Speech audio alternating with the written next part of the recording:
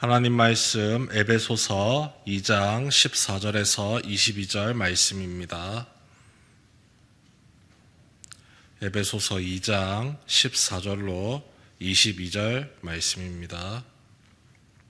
한 절씩 교독하겠습니다.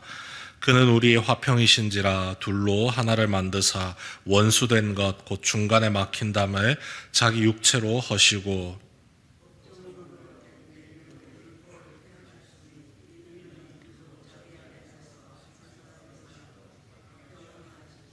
또 십자가로 이 둘을 한 몸으로 하나님과 화목하게 하려 하심이라. 원수된 것을 십자가로 소멸하시고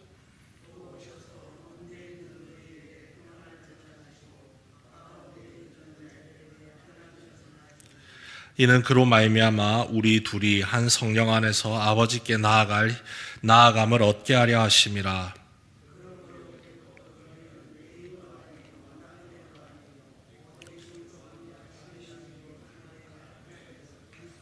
너희는 사도들과 선지자들의 터 위에 세우심을 입은 자라.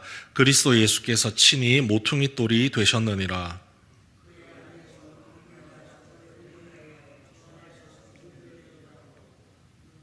함께 읽습니다. 너희도 성령 안에서 하나님이 거하실 처소가 되기 위하여 그리스도 예수 안에서 함께 지어져 가느니라. 아멘.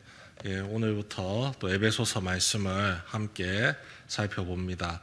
바울의 옥중서신 중에 하나죠. 이 에베소 교회, 특별히 바울이 집중적으로 복음을 선포하고 가르치기를 힘썼던 교회입니다.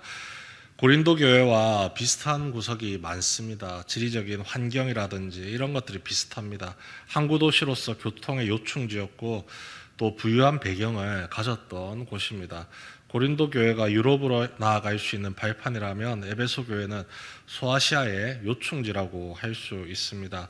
그래서 이 사도행전 말씀을 살펴보면 수많은 사람들이 에베소를 향해서 에베소를 통과하면서 장사를 한다든지 사람을 만난다든지 여행을 한다든지 이렇게 에베소를 지나치며 방문했다가 바울이 전하는 복음을 듣고 기독교인이 된 경우가 상당히 많이 나타납니다.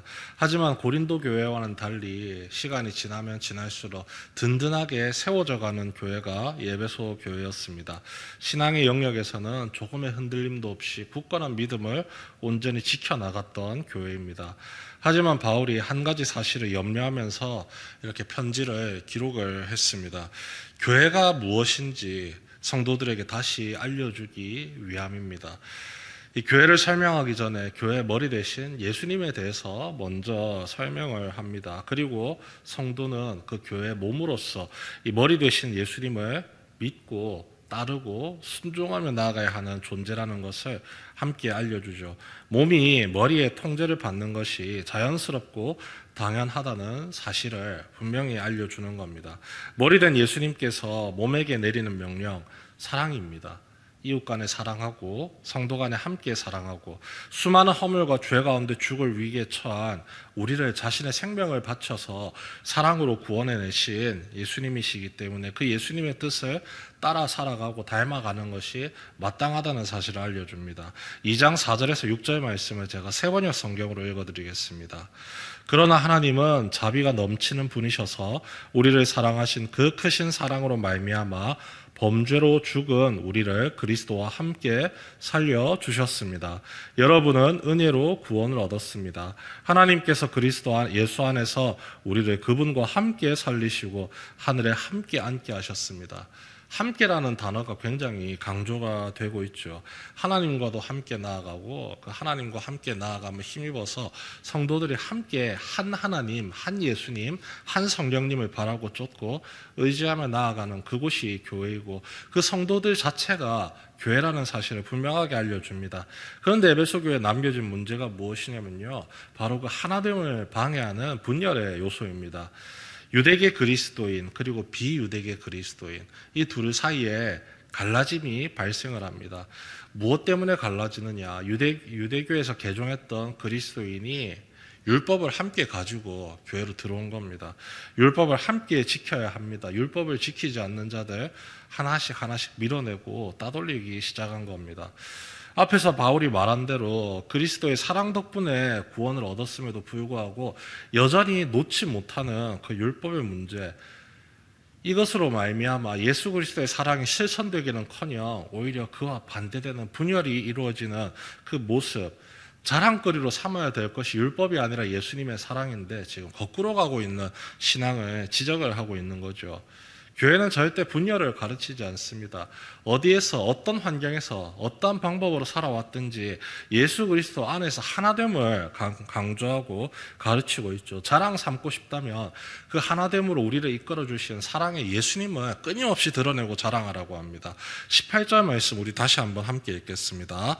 에베소서 2장 18절입니다. 함께 읽습니다. 시작. 이는 그로 말미암아 우리 둘이 한 성령 안에서 아버지께 나아감을 얻게 하려 하심이라. 예수 그리스도 덕분에 우리가 하나님께로 나아가는 거지, 그 율법이 우리로 하여금 하나님께로 나아갈 수 있는 발판이 되거나 길이 되어주지 않음을 분명하게 이야기하죠. 예수님께서 둘로 나뉜 것을 하나로 묶으시고 세상이 절대 볼 수 없는 성도만이 누릴 수 있는 특별한 것들을 바라보게 하시죠. 둘이 아닙니다. 하나라는 겁니다. 예수님의 사랑으로 하나가 되었고 예수님의 은혜와 위로로서 하나가 된 삶을 성도들이 마음껏 누리며 나아감이 마땅한 모습인데, 사실은 우리가 살아가는 실제 세상의 모습은 그와는 반대를 가르치고 있어서 이것이 문제인 것입니다. 다름을 인정하고 하나 되게 하는 예수 그리스도의 은혜 대신에 끊임없이 나눠집니다. 성별로 나누고 나이로 나누고 빈부격차로 나누고 이해로 나눕니다. 파당을 만들고 무리를 지어서 네 편 내 편 가르는 것이 일상이 된 지금의 시대를 살펴보면 참 안타깝습니다. 예수 그리스도 안에서 하나가 되어서 문제를 해결하고 서로를 위로하고 격려하고 독려해야 돼. 이런 시기 속에서 나 혼자 살겠다고, 아니 내 편만 살면 된다는 그런 이기적인 안일한 모습으로 우리가 그 영향력을 받으며 살아가는 가운데 있습니다. 우리 그리스도인도 조금만 방심하면 예수 그리스도의 은혜가 아니라 세상이 주는 영향력의 가치 아래에서 흔들릴 수밖에 없는 현실 속에 놓여 있다는 것이죠. 하지만 우리를 이끄는 존재는 세상이 아니라 우리를 죄에서 구원하시고 하나님을 믿게 하신 예수 그리스도뿐이라는 사실을 바울이 우리에게 끊임없이 알려주고 있듯이 그 마음을 가지고 신앙생활뿐만 아니라 우리가 살아가는 모든 삶의 터전에서 하나가 되고 흔들리지 않는 믿음의 길, 그리고 일상의 길을 걸어가야 할 줄 믿습니다. 우리를 살아가게 하는 힘과 능력 되시는 예수 그리스도, 그분 한 분만 바라보면 됩니다. 그리고 그분을 나의 머리로 삼아서 온전한 교회를 세워가면 됩니다. 이 예배당에서의 삶뿐만 아니라 이 교회라는 이 신앙의 공간에서의 삶뿐만 아니라 우리의 모든 일상이 내가 믿고 의지하는 하나님으로 말미암아 모든 나누어진 것들을 하나로 불러 모으고 그 중심에 우리 주님께서 살아계셔서 서로를 사랑으로 이해하고 격려하고 독려함으로 예수 그리스도의 사랑을 날마다 드러내고 우리의 이웃된 자들을 날마다 용납하고 하나 될 수 있는 길을 열어가는, 예수 그리스도의 사랑을 드러내며 살아가는 모든 주님의 귀한 자녀 성도 되시길 주님의 이름으로 축원합니다.